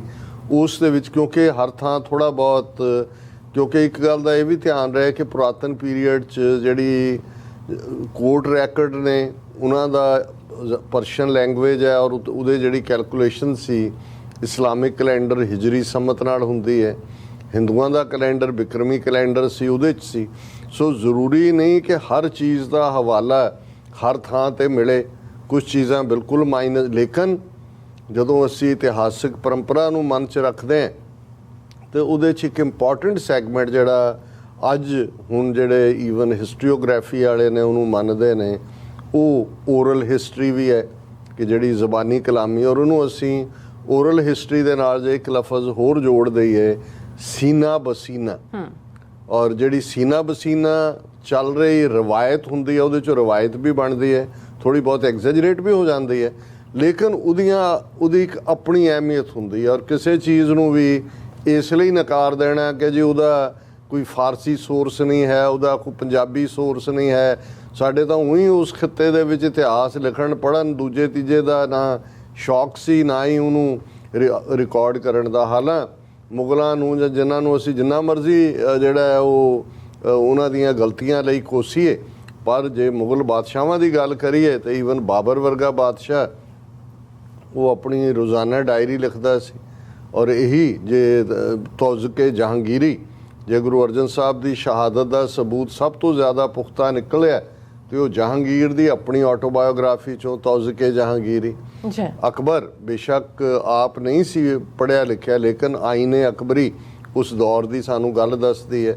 ਇਸੇ ਤਰ੍ਹਾਂ ਬਾਬਰ ਦਾ ਜਿਹੜਾ ਰੋਜ਼ਨਾਮਚਾ ਹੈ, ਬਾਬਰ ਦਾ ਉੱਥੋਂ ਦੇ ਲੋਕਾਂ ਬਾਰੇ ਕੀ ਖਿਆਲ ਹੈ, ਡੇ ਟੂ ਡੇ ਕੀ ਹੈ, ਉਹ ਕਿਵੇਂ ਸ਼ਰਾਬਨੋਸ਼ੀ 'ਚ ਫਸਿਆ ਹੋਇਆ ਹੈ, ਇਹ ਸਾਰਾ ਉਹ ਸਾਨੂੰ ਉਹਦੀਆਂ ਲਿਖਤਾਂ 'ਚੋਂ ਮਿਲਦਾ। ਸੋ ਬਹੁਤ ਸਾਰੇ ਜਿਹੜੇ ਸੋਰਸ ਸਾਈਂ ਮੀਆਂ ਮੀਰ ਹੋਰਾਂ ਦੇ ਇਹ ਸੰਗੇ ਬੁਨਿਆਦ ਰੱਖਣ ਜਾਂ ਦੂਜੇ ਨੇ, ਇਹਨਾਂ ਦੀ ਸ਼ੁਰੂਆਤ ਤਾਂ ਮੂਲ ਰੂਪ ਦੇ ਵਿੱਚ ਉਸ ਪੀਰੀਅਡ ਦੇ ਸਾਡੇ ਲਿਟਰੇਚਰ 'ਚ ਨਹੀਂ ਮਿਲਦੀ। ਭਾਈ ਗੁਰਦਾਸ ਜੀ ਦੀ ਟੈਸਟੀਮਨੀ 'ਚੋਂ ਲੇਕਿਨ ਜਿਹੜੀ ਇਸ ਦੇ ਲਈ ਜਦੋਂ ਬੂਟੇ ਸ਼ਾਹ ਜਿਸ ਨੇ ਬਟਾਲਾ ਬੇਸ ਉਹਨੇ ਲਿਖਿਆ, ਉਸ ਦੇ ਵਿੱਚ ਜ਼ਿਕਰ ਮਿਲਦਾ ਹੈ। ਔਰ ਫਿਰ ਲੇਟਰ ਔਨ ਜਿੰਨੇ ਵੀ ਅੱਜ ਤੱਕ ਡਾਕਟਰ ਹਰੀ ਰਾਮ ਗੁਪਤਾ ਔਰ ਸਾਡੇ ਬਾਕੀ ਜਿਹੜੇ ਸਿੱਖ ਹਿਸਟੋਰੀਅਨ ਪੰਥ ਪ੍ਰਕਾਸ਼, ਗਿਆਨੀ ਗਿਆਨ ਸਿੰਘ, ਜਿਹੜਿਆਂ ਦੀਆਂ 2-3 ਐਡੀਸ਼ਨਸ ਆਈਆਂ, ਉਹਨਾਂ ਸਾਰਿਆਂ ਦੇ ਵਿੱਚ ਮਿਲਦਾ। ਲੇਕਿਨ ਇਸ 'ਚ ਕੋਈ ਦੋ ਰਾਵਾਂ ਨਹੀਂ ਨੇ ਕਿ ਗੱਲ ਕੱਲੀ ਸਾਈਂ ਮੀਆਂ ਮੀਰ ਦਾ ਜੀਵਨ ਔਰ ਉਹਨਾਂ ਦੀ ਜਦੋਂ ਅਸੀਂ ਆਪਣੀ ਬੈਕਗਰਾਊਂਡ ਦੇਖਦੇ ਹਾਂ, ਉਹਨਾਂ ਦੇ ਬਜ਼ੁਰਗ ਜਿਹੜੇ ਨੇ ਉਹ ਸੀਸਤਾਨ ਤੋਂ ਸਨ। ਛੋਟੀ ਉਮਰ 'ਚ ਉਹਨਾਂ ਦੇ ਪਿਤਾ ਚੜ੍ਹਾਈ ਕਰ ਗਏ। ਉਹਨਾਂ ਦੀ ਮਾਤਾ ਦਾ ਸੰਬੰਧ ਪੀਰ ਦਸਤਗੀਰ ਉਹਦੇ ਰੂਹਾਨੀ ਘਰਾਣੇ ਨਾਲ ਸੀ। ਔਰ ਪੀਰ ਦਸਤਗੀਰ ਨੇ ਜਿਹੜੇ ਜਿਨ੍ਹਾਂ ਦਾ ਨਾਂ, ਜਿਨ੍ਹਾਂ ਨੇ ਇਹ ਕਾਦਰੀ ਫਿਰਕਾ, ਜਦੋਂ ਅਸੀਂ ਕਹਿੰਦੇ ਹਾਂ ਕਿ ਹਜ਼ਰਤ ਸਾਈਂ ਮੀਆਂ ਮੀਰ ਦਾ ਸੰਬੰਧ ਕਾਦਰੀ ਫਿਰਕੇ ਨਾਲ ਹੈ, ਤਾਂ ਕਾਦਰੀ ਇਸ ਲਈ ਨੇ ਕਿਉਂਕਿ ਇਸ ਦੇ ਮੋਢੀ ਸ਼ੇਖ ਅਬਦੁਲ ਕਾਦਰ ਜਿਹੜੇ ਨੇ ਇਹ ਬਗਦਾਦ ਦੇ ਨਿਵਾਸੀ ਸੀ। ਸੋ ਕਾਦਰੀ ਫਿਰਕੇ ਦਾ ਸ਼ੇਖ ਅਬਦੁਲ ਕਾਦਰ ਦੇ ਨਾਲ ਸ਼ੁਰੂਆਤ ਹੁੰਦੀ ਹੈ ਔਰ ਉਹਨਾਂ ਨੂੰ ਹੀ ਸ਼ੇਖ ਅਬਦੁਲ ਕਾਦਰ ਨੂੰ ਹੀ ਪੀਰ ਦਸਤਗੀਰ ਵੀ ਕਿਹਾ ਜਾਂਦਾ ਹੈ। ਔਰ ਇਹ ਬਹੁਤ ਸਾਰੀਆਂ ਥਾਵਾਂ 'ਤੇ ਪੀਰ ਦਸਤਗੀਰ ਦਾ ਮੈਂਸ਼ਨ ਹੁੰਦਾ ਹੈ। ਸੋ ਇਹ ਕਾਦਰੀ ਹੈ ਔਰ ਇਸੇ ਲਈ ਇਹਨਾਂ ਦਾ ਜਿਹੜੇ ਸਾਈਂ ਮੀਆਂ ਮੀਰ ਜਾਂ ਬਾਬਾ ਫਰੀਦ ਜਿਨ੍ਹਾਂ ਦਾ ਸੰਬੰਧ ਅਸੀਂ ਚਿਸ਼ਤੀ ਘਰਾਣੇ ਨਾਲ ਵੀ ਦੇਖਦੇ, ਔਰ ਫਿਰ ਇਹ ਨਿਜ਼ਾਮੁਦੀਨ, ਅਜਮੇਰ, ਇਹ ਸਾਰੇ ਜਿਹੜੇ ਨੇ, ਹਾਲਾਂਕਿ ਇਹ ਸੂਫੀ ਇਸਲਾਮ ਦੇ ਨਾਂ ਨਾਲ ਵੱਜਦਾ, ਪਰ ਇਹ ਮੂਲ ਤੌਰ ਦੇ ਉੱਤੇ ਰੱਬ ਨਾਲ ਮਿਲਣ ਦੇ ਲਈ ਜਿਹੜਾ ਮੁੱਢਲਾ ਬੇਸ ਹੈ ਉਹ ਪਿਆਰ ਹੈ, ਮੁਹੱਬਤ ਹੈ, ਔਰ ਉਸ ਮੁਹੱਬਤ ਦੇ ਵਿੱਚ ਆਪਣੇ ਆਪ ਨੂੰ ਕੁਰਬਾਨ ਕਰ ਦੇਣਾ। ਔਰ ਇਹੀ ਲੇਕਿਨ ਇਹ ਜਿਵੇਂ ਅੱਡ-ਅੱਡ ਫਿਰਕੇ ਸ਼ੀਆ ਇਸਲਾਮ ਨਾਲ ਜੁੜਦੇ ਨੇ। ਇਸ ਗੱਲ ਦਾ ਧਿਆਨ ਰਹੇ ਕਿ ਕਾਦਰੀ ਸਿਲਸਿਲਾ ਜਾਂ ਚਿਸ਼ਤੀ ਸਿਲਸਿਲਾ ਇਹ ਮੂਲ ਤੌਰ ਦੇ ਉੱਤੇ ਸੁੰਨੀ ਇਸਲਾਮ ਦੇ ਨਾਲ ਹੀ ਜਾ ਕੇ ਜੁੜਦਾ ਹੈ। ਔਰ ਇਹਨਾਂ ਦੇ ਵੱਡੇ ਮੁੱਦਾ ਜਿਹੜੇ ਹੋਏ ਨੇ ਈਵਨ ਇਹ ਸਾਰੇ ਪੀਰੀਅਡ ਦੇ ਵਿੱਚ ਅਸੀਂ ਦੇਖਦੇ ਹਾਂ, ਇਹਨਾਂ ਨੇ ਸਭ ਤੋਂ ਜ਼ਿਆਦਾ ਆਮ ਲੋਕਾਂ ਨੂੰ ਵੀ ਜਿਹੜਾ ਹੈ ਉਹ ਪਿਆਰ ਦੇ ਉਸ ਮੈਸੇਜ ਦੇ ਨਾਲ ਜੋੜਿਆ। ਔਰ ਇਹ ਸਾਂਝਾਂ ਜਿਹੜੀਆਂ ਨੇ, ਜਦੋਂ ਅਸੀਂ ਲਾਹੌਰ ਦੇ ਵਿੱਚ ਖਾਸ ਤੌਰ 'ਤੇ ਜਿੱਥੇ ਉਹਨਾਂ ਦੀ ਮੀਆਂ ਮੀਰ ਦੀ ਛਾਉਣੀ ਹੈ, ਜਿੱਥੇ ਆ ਕੇ ਉਹਨਾਂ ਨੇ ਬਹੁਤ ਛੋਟੀ ਉਮਰ ਦੇ ਵਿੱਚ ਆਪਣਾ ਨਿਵਾਸ ਕੀਤਾ, ਉੱਥੇ ਉਹਨਾਂ ਦਾ ਮਕਬਰਾ ਵੀ ਹੈ। ਔਰ ਜਦੋਂ ਅਸੀਂ ਕਿਉਂਕਿ ਥੋੜ੍ਹੇ ਬਹੁਤ ਵੇਰਵੇ ਸਾਲਾਂ ਦੇ ਹੁੰਦੇ ਨੇ, ਜਨਮ ਜਿਹੜਾ ਹੈ ਸਾਈਂ ਮੀਆਂ ਮੀਰ ਜੀ ਦਾ ਉਹ 1550 ਈਸਵੀ ਦਾ ਹੈ, ਕਿਉਂਕਿ ਇਹ ਕੈਲਕੂਲੇਟ ਉਸ ਲਿਹਾਜ਼ ਨਾਲ ਕੀਤਾ। ਔਰ 11 ਅਗਸਤ 1635 ਨੂੰ ਉਹ ਵਫਾਤ ਪਾਉਂਦੇ ਨੇ। ਔਰ ਇਹ ਉਮਰ ਲਗਭਗ 85 ਵਰ੍ਹਿਆਂ ਦੀ ਬਣਦੀ ਹੈ। ਗੁਰੂ ਅਰਜਨ ਸਾਹਿਬ ਤੋਂ ਲਗਭਗ 13 ਸਾਲ ਸਾਈਂ ਮੀਆਂ ਮੀਰ ਵੱਡੇ ਸਨ। ਔਰ ਕਿਉਂਕਿ ਲਾਹੌਰ ਨੂੰ ਟਿਕਾਣਾ ਬਣਾਇਆ ਸਾਈਂ ਮੀਆਂ ਮੀਰ ਨੇ, ਛਾਉਣੀ ਮੀਆਂ ਮੀਰ ਦਾ ਮੈਂ ਜ਼ਿਕਰ ਕੀਤਾ ਹੈ, ਤੇ ਗੁਰੂ ਅਰਜਨ ਸਾਹਿਬ ਦੇ ਪਿਤਾ ਜੀ ਗੁਰੂ ਰਾਮਦਾਸ ਜੀ, ਉਹਨਾਂ ਦਾ ਜਨਮ ਲਾਹੌਰ ਦਾ, ਚੂਨਾ ਮੰਡੀ ਲਾਹੌਰ, ਅੱਜ ਵੀ ਉੱਥੇ ਇਤਿਹਾਸਕ ਗੁਰਦੁਆਰਾ ਸਾਹਿਬ ਮੌਜੂਦ ਹੈ। ਔਰ ਜਦੋਂ ਚੌਥੇ ਪਾਤਸ਼ਾਹ, ਜਿਨ੍ਹਾਂ ਦਾ ਪਹਿਲਾ ਨਾਮ ਭਾਈ ਜੇਠਾ ਜੀ ਹੈ, ਉਹ ਗੋਇੰਦਵਾਲ ਬੌਲੀ ਸਾਹਿਬ ਦੀ ਸੇਵਾ 'ਚ ਲੱਗਦੇ ਨੇ, ਤੇ ਫਿਰ ਗੁਰੂ ਅਮਰਦਾਸ ਜੀ ਉਹਨਾਂ ਨੂੰ ਭੇਜਦੇ ਨੇ ਕਿ ਉਹਨਾਂ ਨੇ ਹੀ ਮੁੱਢਲੀ, ਜਿਹਨੂੰ ਅਸੀਂ ਛਾਨਬੀਨ ਕਰਕੇ ਜਿਹੜਾ ਜਿੱਥੇ ਅੱਜ ਅੰਮ੍ਰਿਤਸਰ ਸ਼ਹਿਰ ਵਸਿਆ ਹੋਇਆ ਜਾਂ ਹਰਮੰਦਰ ਸਾਹਿਬ ਦਾ ਸਰੋਵਰ, ਇਸੇ ਲਈ ਤੁਸੀਂ ਅੰਮ੍ਰਿਤਸਰ ਦੀ ਸਰਜ਼ਮੀਨ ਤੇ ਪੈਰ ਰੱਖਦੇ ਆ, ਧੰਨ ਗੁਰੂ ਰਾਮਦਾਸ ਕਹਿੰਦੇ ਹੋ। ਅਸੀਂ ਪੜ੍ਹਦੇ ਹਾਂ, ਰਾਮਦਾਸ ਸਰੋਵਰ ਨਹਾਤੇ ਸਭ ਉਤਰੇ ਪਾਪ ਕਮਾਤੇ, ਨਿਰਮਲ ਹੋਏ ਕੇ ਕਰ ਇਸਨਾਨਾ, ਗੁਰ ਪੂਰੇ ਕਿਨੇ ਦਾਨਾ। ਹੁਣ ਇਹ ਇਸੇ ਲਈ ਕਿਉਂਕਿ ਜਿਹੜਾ ਸਰੋਵਰ ਹੈ ਇਹ ਗੁਰੂ ਰਾਮਦਾਸ ਜੀ ਨੇ ਬਣਾਇਆ, ਔਰ ਉਸ ਦੇ ਵਿਚਾਲੇ ਜਿਹੜਾ ਹਰੀ ਮੰਦਰ, ਰੱਬ ਦਾ ਘਰ, ਇਹ ਗੁਰੂ ਅਰਜਨ ਸਾਹਿਬ ਨੇ ਤਾਮੀਰ ਕਰਵਾਇਆ। ਪਰ ਉਸ ਪੀਰੀਅਡ 'ਚ ਭਾਵੇਂ ਭਾਈ ਜੇਠਾ ਜੀ, ਗੁਰੂ ਰਾਮਦਾਸ ਬਚਪਨ ਦੇ ਵਿੱਚ ਜਿਹੜੇ ਨੇ ਉਹ ਯਤੀਮ ਹੋ ਜਾਂਦੇ ਨੇ, ਉਹਨਾਂ ਦੇ ਪਿਤਾ ਮਾਤਾ ਚੜ੍ਹਾਈ ਕਰ ਜਾਂਦੇ ਨੇ, ਬਾਸਰ ਕੇ ਪਿੰਡ 'ਚ ਉਹਨਾਂ ਦੀ ਨਾਨੀ ਉਹਨਾਂ ਦੀ ਪਰਵਰਿਸ਼ ਕਰਦੀ ਹੈ। ਪਰ ਲਾਹੌਰ ਦੇ ਵਿੱਚ ਉਹਨਾਂ ਦੀ ਬਾਕੀ ਰਿਸ਼ਤੇਦਾਰੀ, ਜਿਨ੍ਹਾਂ 'ਚ ਉਹਨਾਂ ਦਾ ਵੱਡਾ ਭਰਾ ਜਿਹੜਾ ਹੈ ਉਹ ਜਿਹੜਾ ਸਹਾਰੀ ਮਾਲ, ਉਹਨਾਂ ਦਾ ਵੀ ਜ਼ਿਕਰ ਮਿਲਦਾ। ਸੋ ਪਰਿਵਾਰਕ ਜਾਂ ਬਰਾਦਰੀ ਵਾਈਜ਼ ਜਿਹੜੇ ਤੁਹਾਡੀਆਂ ਜ਼ਿੰਮੇਵਾਰੀਆਂ ਹੁੰਦੀਆਂ ਨੇ ਉਹ ਤਾਂ ਰਹਿੰਦੀਆਂ ਹੀ ਨੇ। ਔਰ ਜਿਵੇਂ ਸਾਡੀ ਸਿੱਖ ਰਵਾਇਤ ਦੱਸਦੀ ਹੈ ਕਿ ਜਦੋਂ ਗੁਰੂ ਰਾਮਦਾਸ ਜੀ ਦੇ ਭਤੀਜੇ ਸਹਾਰੀ ਮਾਲ ਦੇ ਪੁੱਤਰ ਦਾ ਵਿਆਹ ਦਾ ਮੌਕਾ ਆਉਂਦਾ ਹੈ, ਤੇ ਗੁਰੂ ਰਾਮਦਾਸ ਜੀ ਦੇ 3 ਬੇਟੇ ਨੇ, ਪ੍ਰਿਥੀ ਚੰਦ, ਮਹਾਦੇਵ, ਗੁਰੂ ਅਰਜਨ ਸਾਹਿਬ ਜਿਹੜੇ ਸਭ ਤੋਂ ਛੋਟੇ ਨੇ, ਵੱਡੇ 2 ਇਨਕਾਰੀ, ਉਹ ਭੇਜਦੇ ਨੇ ਕਿ ਭਾਈ ਵਿਆਹ ਜਾਣਾ। ਤੇ ਪ੍ਰਿਥੀ ਚੰਦ ਨੂੰ ਇਹ ਫਿਕਰ ਹੈ ਵੀ ਗੁਰੂ ਰਾਮਦਾਸ ਕਿਤੇ ਪਿੱਛੋਂ ਗੱਦੀ ਨਾ ਦੇ ਦੇਣ ਦੂਸਰੇ ਭਰਾ ਨੂੰ। ਮਹਾਦੇਵ ਵੈਸੇ ਮਸਤ ਮੌਲ ਹੈ। ਔਰ ਗੁਰੂ ਅਰਜਨ ਸਾਹਿਬ ਛੋਟੀ ਉਮਰ ਦੇ ਵਿੱਚ ਹੀ, ਜਦੋਂ ਉਹਨਾਂ ਦੀ ਉਮਰ ਲਗਭਗ 16-17 ਸਾਲ ਹੋਏਗੀ, ਉਹ ਪਿਤਾ ਦੀ ਆਗਿਆ ਮੰਨ ਕੇ ਲਾਹੌਰ 'ਚ ਜਾਂਦੇ ਨੇ। ਔਰ ਇਹੀ ਉਹ ਸਮਾਂ ਬਣਦਾ ਜਿੱਥੇ ਕਿ ਉਹਨਾਂ ਦਾ ਜਿਹੜਾ ਹੈ ਉਹ ਸਾਈਂ ਮੀਆਂ ਮੀਰ ਦੇ ਨਾਲ ਮੁਲਾਕਾਤ ਹੁੰਦੀ ਹੈ। ਉਸ ਤੋਂ ਬਾਅਦ ਗੁਰੂ ਅਰਜਨ ਸਾਹਿਬ ਦਾ 18 ਸਾਲ ਦੀ ਉਮਰ 'ਚ ਗੁਰੂ ਅਰਜਨ ਸਾਹਿਬ ਗੁਰਗੱਦੀ ਤੇ ਬੈਠਦੇ ਨੇ, ਗੁਰੂ ਰਾਮਦਾਸ ਜੋਤੀ ਜੋਤ ਸਮਾਉਂਦੇ ਨੇ। ਔਰ ਇਹ ਸਿਲਸਿਲਾ ਕਿਸ ਹੱਦ ਤੱਕ ਫਿਰ ਕਿਵੇਂ ਰੂਹਾਨੀ ਪਿਆਰ, ਰੂਹਾਨੀ ਸਾਂਝਾਂ ਦਾ ਸਿਲਸਿਲਾ ਬਣਦਾ ਕਿ 3 ਜਨਵਰੀ 1588 ਈਸਵੀ ਨੂੰ, ਜਦੋਂ ਕਿ ਹਰਮੰਦਰ ਸਾਹਿਬ ਦਾ ਨੀਂਹ ਪੱਥਰ ਰਖਵਾਉਣ ਦੇ ਲਈ ਸਾਈਂ ਮੀਆਂ ਮੀਰ ਨੂੰ ਸੱਦਦੇ ਨੇ, ਇਹ ਸਾਂਝਾਂ ਫਿਰ ਲਗਾਤਾਰਤਾ ਦੇ ਨਾਲ ਅਗਲੇ ਗੁਰੂ ਸਾਹਿਬਾਨ ਵੇਲੇ ਵੀ ਰਹਿੰਦੀਆਂ ਨੇ। ਔਰ ਜਿਹੜਾ ਇਤਿਹਾਸਕ ਵਾਕਿਆ ਖਾਸ ਤੌਰ 'ਤੇ ਗੁਰੂ ਅਰਜਨ ਸਾਹਿਬ ਦੀ ਸ਼ਹਾਦਤ ਤੋਂ ਪਹਿਲਾਂ, ਜਦੋਂ ਚੰਦੂ ਦੀ ਹਵੇਲੀ ਦੇ ਵਿੱਚੋਂ ਕੈਦ ਨੇ ਔਰ ਟਾਰਚਰ ਕੀਤਾ ਜਾ ਰਿਹਾ, ਔਰ ਸਾਈਂ ਮੀਆਂ ਮੀਰ ਆਉਂਦੇ ਨੇ ਕਿਉਂਕਿ ਬੜੇ ਪ੍ਰਭਾਵਸ਼ਾਲੀ ਸਨ। ਉਸ ਵੇਲੇ ਦਾ ਬਾਦਸ਼ਾਹ ਜਹਾਂਗੀਰ, ਕਿਉਂਕਿ ਜਹਾਂਗੀਰ ਦੇ ਰਾਜ ਦੇ ਮੁੱਢਲੇ ਦਿਨ ਸਨ, ਔਰ ਜਹਾਂਗੀਰ ਦੀ ਬੇਗਮ ਨੂਰ ਜਹਾਂ ਵੀ ਫਾਲੋਅਰ ਸੀ ਸਾਈਂ ਮੀਆਂ ਮੀਰ ਦੀ। ਔਰ ਉਹ ਪੀਰੀਅਡ ਹੈ ਜਿਸ ਦੇ ਵਿੱਚ ਜਦੋਂ ਸਾਈਂ ਮੀਆਂ ਮੀਰ ਆਪਣਾ ਰੂਹਾਨੀ ਵੀ ਔਰ ਸਿਆਸੀ ਪ੍ਰਭਾਵ ਵੀ ਵਰਤਣਾ ਚਾਹੁੰਦੇ ਨੇ, ਜਦੋਂ ਗੁਰੂ ਅਰਜਨ ਸਾਹਿਬ ਤੱਤੀ ਤਵੀ ਤੇ ਬੈਠੇ ਨੇ, ਸਿਰ ਤੇ ਰੇਤ ਪੈ ਰਹੀ ਹੈ, ਔਰ ਜਿਹੜਾ ਡਾਇਲੋਗ ਲਾਸਟ ਨੂੰ 20ਵੀਂ ਸਦੀ ਦੇ ਇੱਕ ਵੱਡੇ ਸਕਾਲਰ, ਸਿੱਖ ਸਕਾਲਰ ਹੋਏ ਨੇ ਪ੍ਰਿੰਸੀਪਲ ਗੰਗਾ ਸਿੰਘ, ਉਹਨਾਂ ਨੇ ਆਪਣੇ ਲਫ਼ਜ਼ਾਂ 'ਚ ਬਿਆਨਿਆ ਕਿ 4 ਤਰਫ ਅੱਗ ਬਰਸੇ, ਸੇਕ ਸੀ ਤਨ ਸਾੜਦਾ, ਛਾਲੇ ਛਾਲੇ ਹੋ ਗਿਆ ਜੁੱਸਾ, ਸੱਚੀ ਸਰਕਾਰ ਦਾ ਸਾਈਂ ਮੀਆਂ ਮੀਰ ਡਿੱਠਾ ਹਾਲ ਆ ਜਦ ਯਾਰ ਦਾ, ਉਹ ਹੋ ਵਿਆਕੁਲ ਰੋ ਪਿਆ ਰੋਏ ਤੇ ਤਾਂ ਹੀ ਮਾਰਦਾ। ਸੁਣ ਕਿਹਾ ਸਤਗੁਰ ਮੀਆਂ छोड़ो प्रीति चाम से, क्या हुआ तन जल रहा, हम शांत हैं हरि नाम से। सो ਜਿਹੜੀ ਟੈਸਟੀਮਨੀ ਹੈ ਇਹ ਵੀ।